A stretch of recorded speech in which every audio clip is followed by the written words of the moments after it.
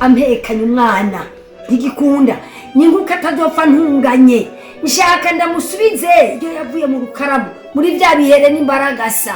Rero ushatse ndakubwiye asha nzokora igishoboka cyose utumukomeshe mugisha. Uhenze n'agahenze acana ibintu Jesse ndofa nibagiye ikibi bakunda dukoresha. Kandi ngo umurozi nkuyise umwana.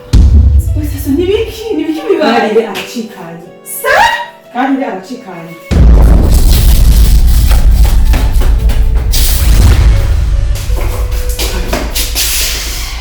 Hanyuma kandi ngutambana n'umukeba nakubita urugohe.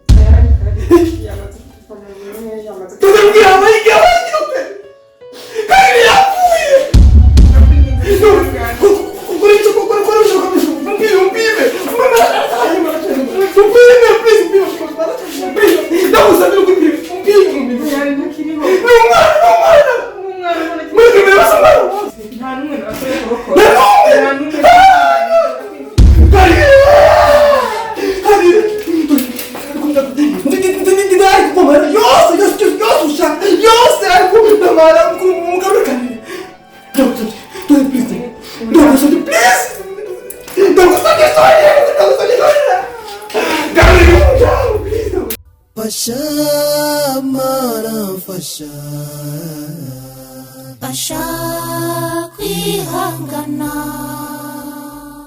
ewe mana jewe agenda murya buhoro nk'igihere mu muzi urumva nzoguma ndamwereka ko ari je nyina kari jasigaranye atawundi afise gushika ndamukomeshe ndabushira ku kanyuma. Nabado niyo yasubira mu rukaramu akaba atarihanura n'umutwe nzowusya. Muzanira umuti kuzi yuko umuti ushobora gutuma agira gutuma imbanyiwe ikoroka mbere.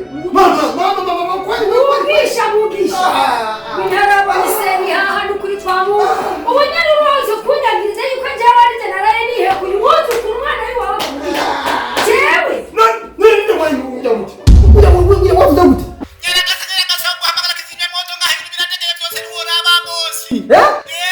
Yatwizwe bebashari nyoba nomenye umuntu yabikoze ashira umusororera kabisa. Abana banje babiri ruvuto na Iranzi ndabashira mu kuzimu nanje nkagarukira ku muntu wa wicobo hama nawe cajya aneganege avyare yuzuze amererwe neza nanje ndiko narira agahinda afise mu mutima wanje nzokamuherezako. ewe mana rugira Fasha kwihangana